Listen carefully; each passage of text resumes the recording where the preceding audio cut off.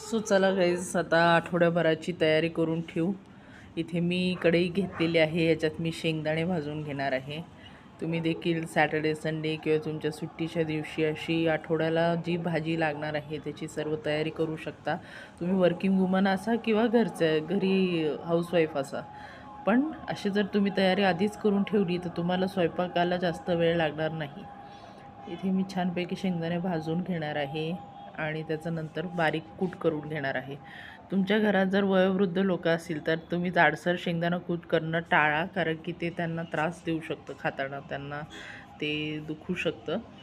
अशाच रीत्या तुम्ही सॅटर्डे संडे किंवा वीकेंड जेव्हा पण तुम्ही मोकळ्या आहात त्या मोकळ्या वेळामध्ये तुमचा मी टाईम सोडून अर्थातच तुम्ही आलं लसूण पेस्ट तयार करून ठेवू शकता. त्याच्यामध्ये थोडंसं सुकं खोबरं घालून पेस्ट तयार करून ठेवू शकता, किंवा मग जर तुम्हाला आवडत असेल तर थोडा पुदिना कोथिंबीर असं करून तुम्ही फ्रीजमध्ये ठेवू शकता.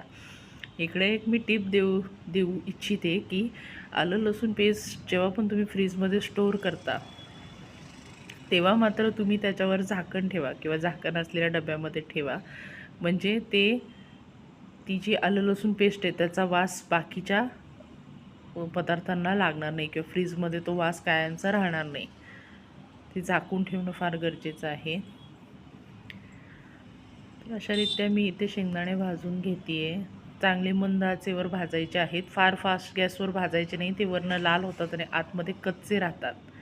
आणि जे कच्चे राहतात त्यामुळे मग त्या शेंगदाणा कुटाला लवकर वास येतो, कुबट किंवा खवट असा वास येतो आणि ती भाजीलाही तसाच वास येतो. साधारणरित्या अर्धा किलो शेंगदाणे आपले एक मंद आचेवर 10 ते 15 मिनटात किंवा 5 ते 10 मिनटात थोडंसं मीडियम टू लो आचेवरती भाजून निघतात. जास्त शेंगदाणे करपून द्यायचे नाही आहेत, ढवळत राहिल्याने ते म्हणजे भाजले जातात व्यवस्थित.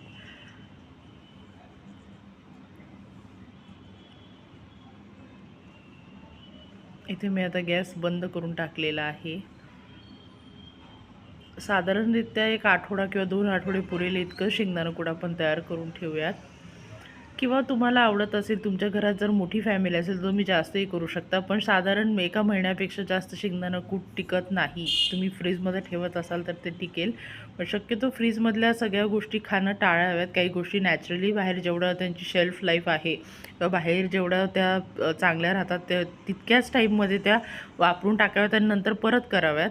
फ्रीजमध्ये ठेवल्याने कदाचित त्याचं न्यूट्रिशनल व्हॅल्यू कमी होत राहते.